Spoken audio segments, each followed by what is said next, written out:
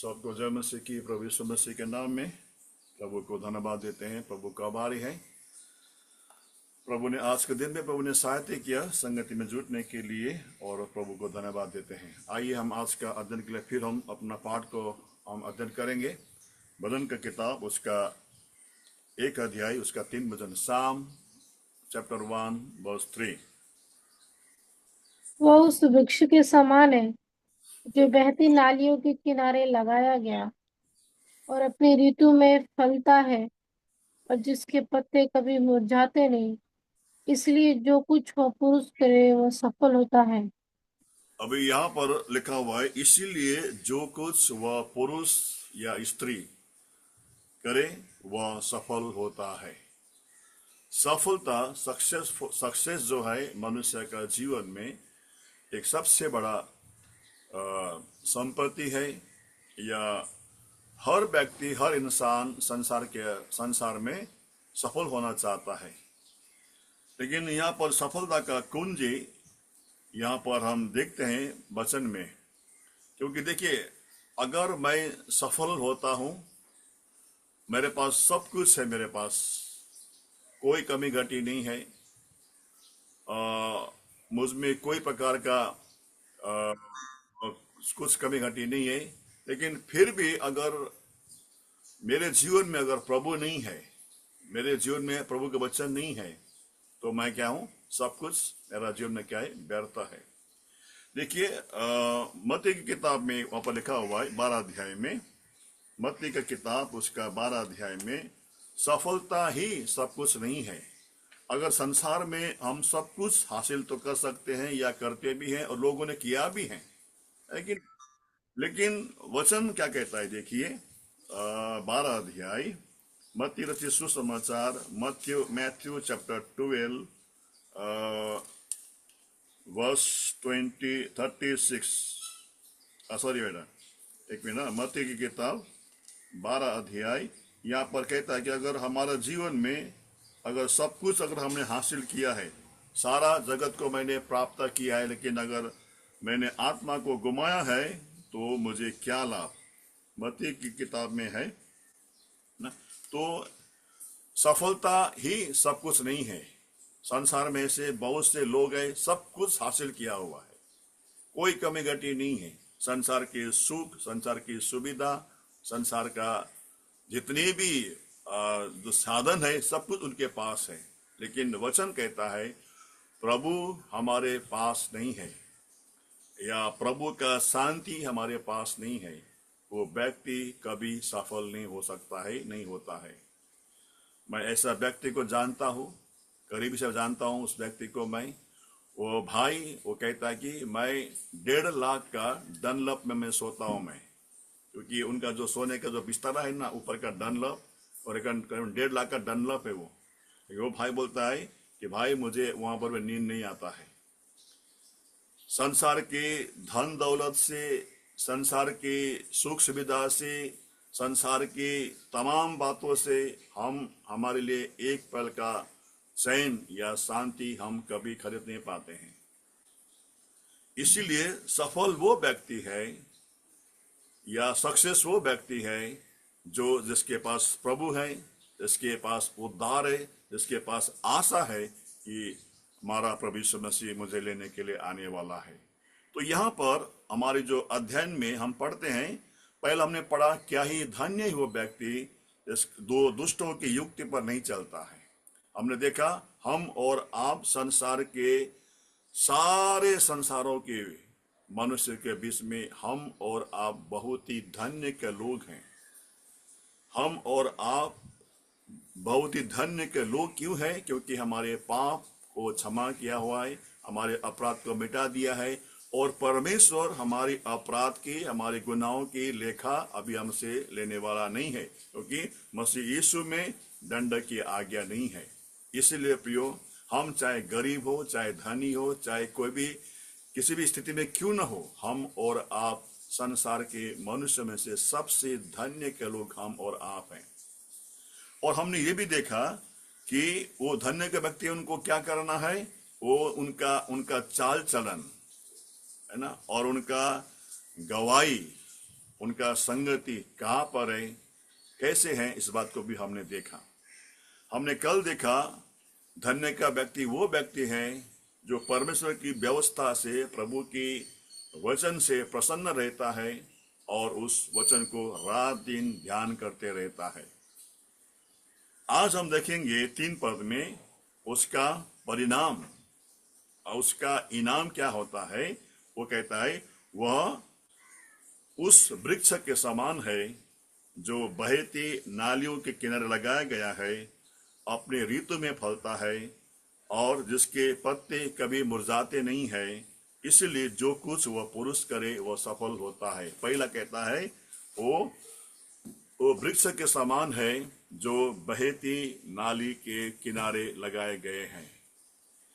बहते नाले किनारे आप जाइए गांव में या देहात में, आप जाइए जहां पर नदी बहता है, उसके किनारे जो पेड़ है उसको देखिए आप, वो कभी मुरझाते नहीं है, उसका पत्ता कभी मुरझाता नहीं है, क्योंकि उसको जो पानी का स्रोत है, पानी का उसके जड़ में पानी हमेशा उसको मिलते रहता है और वो वृक्ष हमेशा हरा भरा रहता है। वो वृक्ष का पत्ता कभी मुरझाता नहीं है।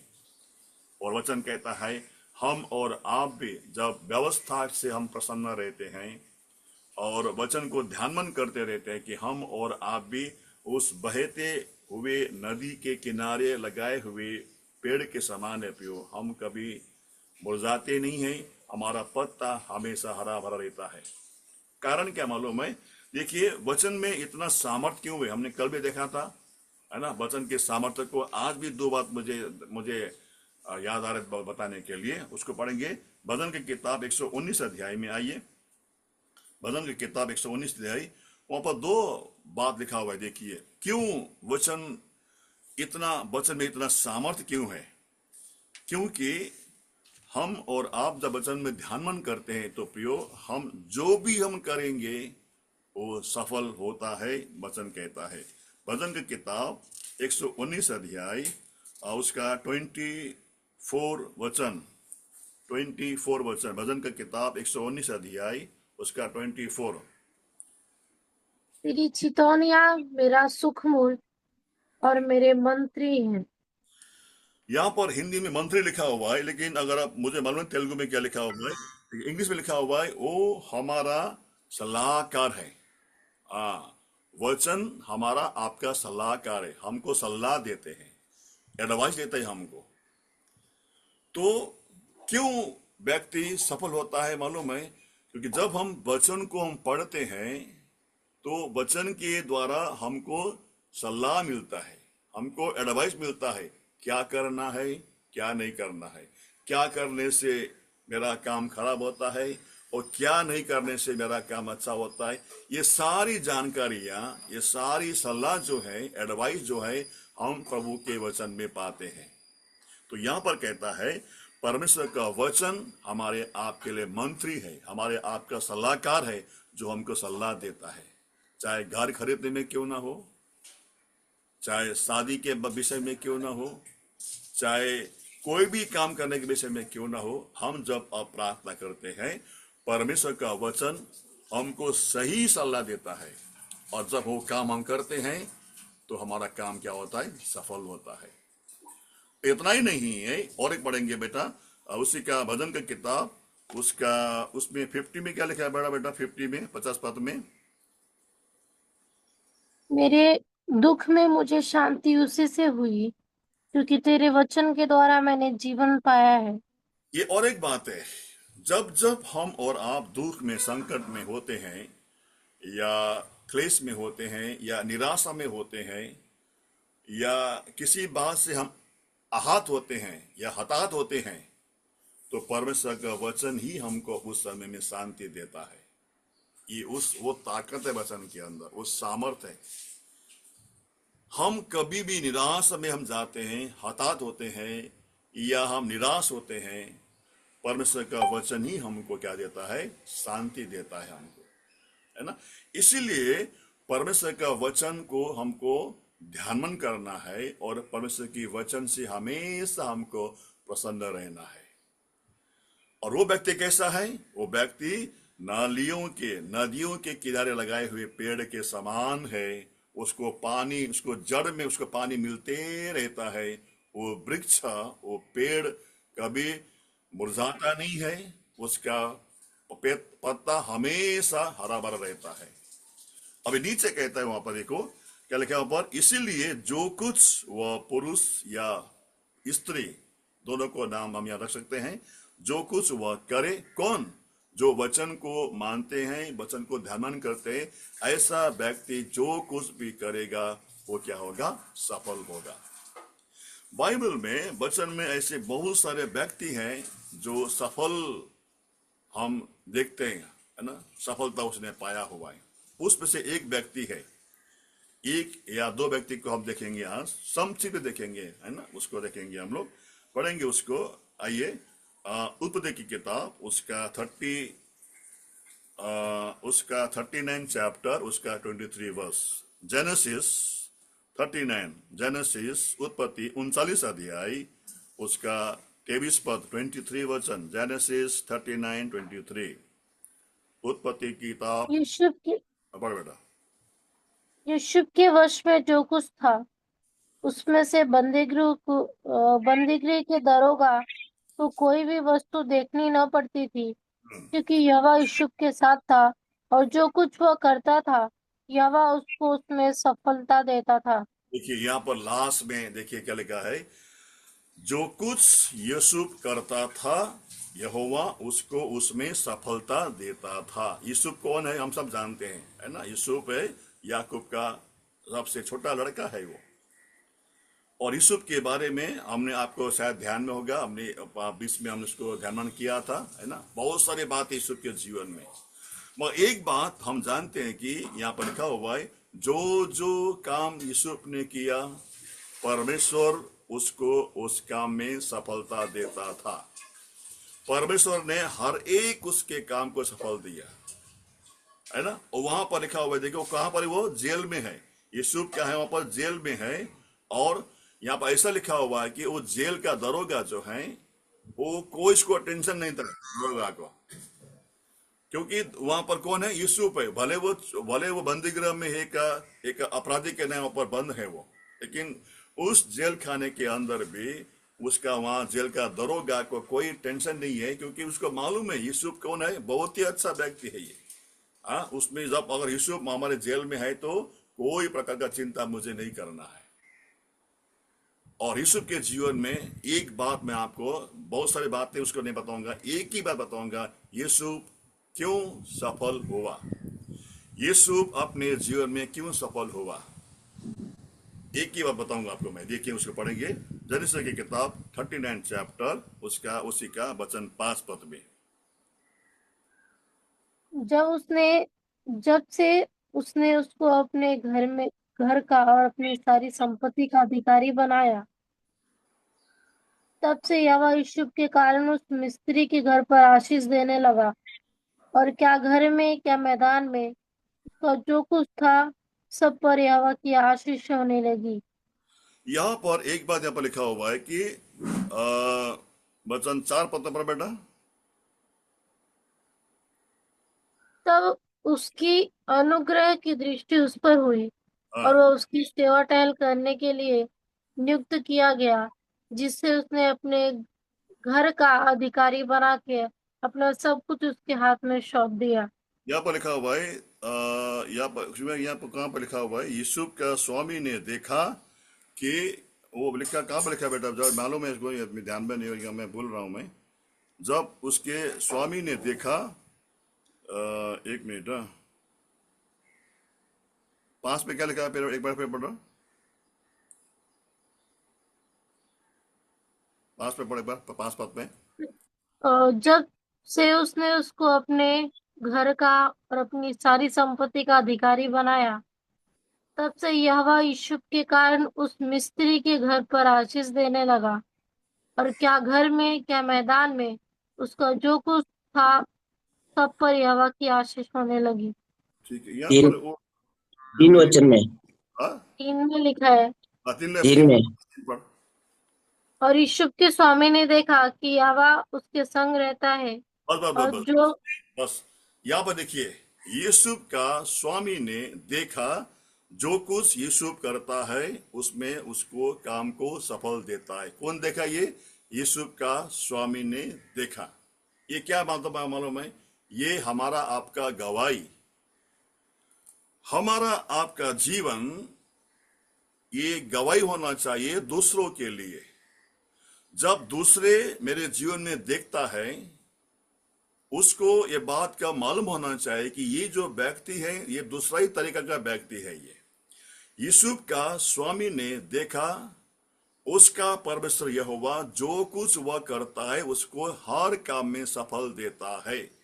पहली बात प्रियो, हमारे आपके जीवन में हम सफल तब पाएंगे या हमारा काम सफलता तब होगा जब दूसरे मेरे जीवन में देखता है कि यहोवा परमेश्वर का मैं संतान हूं, या यहोवा परमेश्वर को मैं मेरा जीवन में वो काम करता है।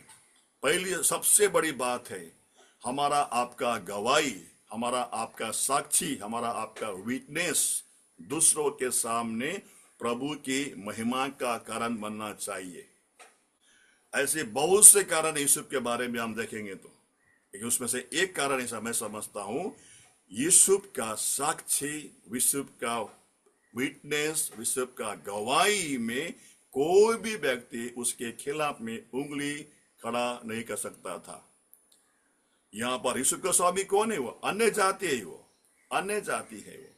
वो मिस्र के देश में अन्य जाति है, एक मूर्ति पूजा करने वाला व्यक्ति है। वो प्रभु को नहीं जानता है वो, लेकिन उसने देखा, क्या देखा? यूसुफ के जीवन में देखा कि उसका परमेश्वर यहोवा उसके साथ में है और जो कुछ वह करता है सब काम में उनको सफल देता है। हमारा आपका गवाही कैसा है? हम आज सफल क्यों नहीं है? कारण हमारा आपका गवाही बराबर नहीं है, हमारा आपका साक्षी, हमारा आपका विटनेस बराबर नहीं है।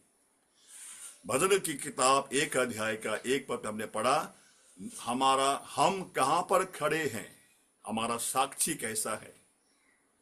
विश्वासी के जीवन में सबसे बड़ा साक्षी है, क्या है? हमारा गवाही। एक भाई बता रहा था कि देखिए, हम और आप, देखो मरना सबको है ना, मरना सबको है। मरने के बाद में जब लोग हमको याद करते हैं, जब मनुष्य लोग हमको याद करते हैं, हमको लोग कैसे याद करेंगे? तो भाई बता रहा था, मेरे को बहुत अच्छा लगा उसका, मेरे का ये वचन। भाई बता रहा था, जब हम और आप इस संसार से कुछ करने के बाद में या संसार से जाने के बाद में लोग मुझे कैसा याद करते हैं, लोग हमें कैसा याद करेंगे। अगर मैं मरने के बाद में या मेरे संसार में से जाने के बाद में लोग हमको कैसे याद करेंगे? क्या? और उसके पास बहुत बड़ा बंगला था, गाड़ी था, नौकर चाकर था, धन दौलत था, बहुत ही धनी था, ऐसा याद करेंगे? या ऐसा याद करेंगे कि वो भाई तो बहुत ही नम्र था, बहुत ही हम्बल था, बहुत ही दीन था, बहुत ही भला था, बहुत ही मिलनसार था? कैसे याद करेंगे हमारा? ये हमको आपको सोचना है ना? हमको आपको जब लोग याद करेंगे, नहीं वो भाई तो बहुत ही भला था, बहुत ही नम्र था, बहुत ही दीन था, बहुत ही अच्छा था, बहुत ही मिलनसार था, वो सबसे बड़ा गवाही वो है। प्रिय भाई, हमारा आपका सबसे बड़ा गवाही वो है। और इस बात को मैं जानता हूं कि हमारा भाई, ऐसा एक भाई हमारा बोरेली में था, हमारा एक भाई, उसको आज भी उसी सबसे याद करता है कि हमारा भाई कितना नम्र था। तो प्रियो, ये कब होगा? जब हमारा आपका गवाही ठीक है।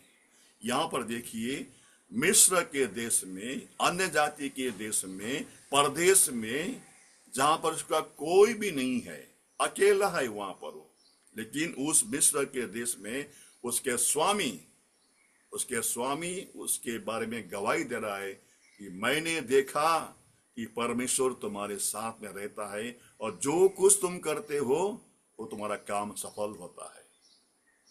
इसलिए प्रियो, हमारे आपके जीवन में प्रभु के वचन को हम जब पढ़ते हैं, प्रभु के वचन को ध्यानमान करते हैं कि प्रभु का वचन हमको नम्र बनाता है, दीन बनाता है, और हमें और आपको आज्ञाकारी बनाता है और हमारा गवाही ऐसा होता है, तो हम और आप भी सफल होंगे। और एक व्यक्ति है बाइबल के अंदर, उसको भी हम देखेंगे। देखिए पहला दूसरा इतिहास उसका 18 अध्याय, दूसरा इतिहास 18 अध्याय, वहां पर भी और एक व्यक्ति है। दूसरा इतिहास 18 अध्याय, सेकंड क्रॉनिकल चैप्टर 18, दूसरा इतिहास उसका 18 अध्याय, उसका 7 वचन। इज़राइल के राजा ने यहोशापात से कहा, हाँ, एक पुरुष और है जिसके द्वारा हम यहोवा से पूछ सकते हैं, परंतु मैं उससे घृणा करता हूँ, क्योंकि वह मेरे विषय में कभी कल्याण की नहीं, सदा हानि ही की नबूवत करता है। वह इल्मा का पुत्र मिकिया है। सॉरी बेटा, यहोशापात ने कहा, पहला इतिहास, सॉरी सॉरी, इसमें नहीं।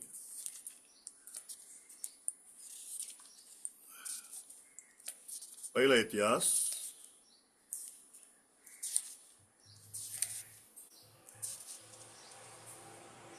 7 नंबर बेटा।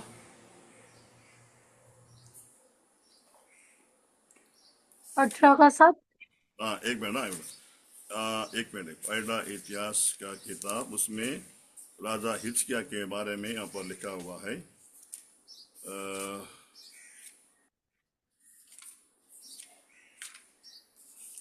दूसरे इतिहास में ही है।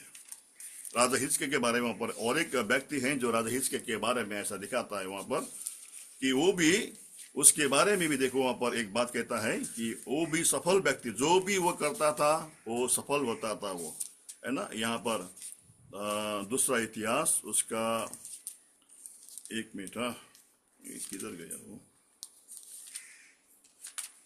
हिजकिय्याह के बारे में वहां पर दूसरा राजा में, दूसरा राजा 19। हाँ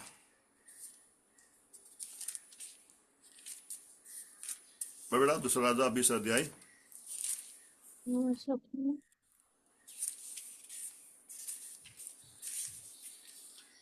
हाँ दूसरा राजा की किताब 18 अध्याय उसका 7 पर बेटा।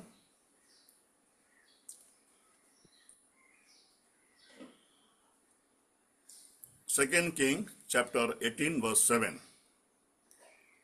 इसलिए यहोवा उसके संग रहा और जहाँ कहीं वह जाता था वहां उसका काम सफल होता था। यहाँ पर कौन है? राजा हिजकिय्याह है। वो कहता है इसलिए यहोवा उसके संग रहा और जहां कहीं वो जाता था वहां उसका काम सफल होता था। हिजकिय्याह राजा के बारे में कहता है कि जो भी काम उसने किया वो काम क्या होगा? सफल हो गया। इसका पीछे कंडीशन क्या था? देखिए उसी का 18 अध्याय उसका 3 वचन। जैसे उसके मूल पुरुष दाऊद ने किया था तो यहोवा की दृष्टि में ठीक है, वैसे ही उसने भी किया। जैसा उसका मूल पुरुष दाऊद ने किया था, उसके दृष्टि में जो ठीक है वही काम हिजकिय्याह ने भी किया। तो प्रियो, हमारे आपके जीवन में भी हम और आप जब प्रभु के वचन को ध्यान करते हैं या प्रभु की वचन को हम लोग उससे प्रसन्न रहते हैं, तो सबसे पहली बात है वचन हमको तोड़ता है, वचन हमको काटता है, छाड़ता है, हमको नम्र बनाता है, हमको दीन बनाता है और प्रभु के आज्ञाकारी बनाता है। और प्रभु की आज्ञा को मानते हैं तो परमेश्वर का वचन कहता है कि हम और आप भी जो कुछ हम करेंगे हमारा काम क्या होगा? सफल होगा। हम और आप भी सफल हो सकते हैं, हम भी होंगे, ऐसा हुए भी हैं, बहुत से प्रभु का जन हुए भी हैं। कारण क्या है? पहली बात, हमारा आपका साक्षी, हमारा आपका विटनेस, हमारा आपका गवाही। और हम जब ये साक्षी तब अच्छा होगा प्रियो, जब हम प्रभु के वचन को हम ध्यान करते हैं या प्रभु के वचन से हम प्रसन्न रहते हैं। प्रभु हमारे आपके जीवन में भी उसी प्रकार का काम करते हुए हम जो कुछ भी करेंगे हमारा काम सफल होगा, है ना। प्रभु सहायता करे ऐसा जीवन बिताने के लिए हम सबको प्रभु अनुग्रह दे। आइए हम प्रार्थना करेंगे। हमारा बहन नीलम है प्रार्थना करने के लिए। नीलम बहन।